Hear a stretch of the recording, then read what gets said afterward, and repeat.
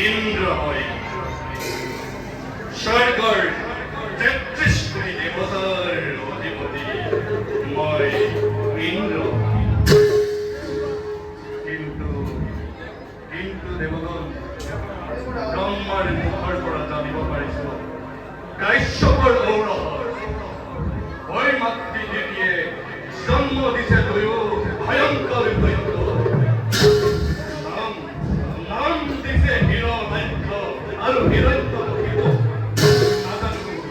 নাজানো দেৱগণ কি হ'ব পাৰে ইয়াৰ পাছৰ অৱদান।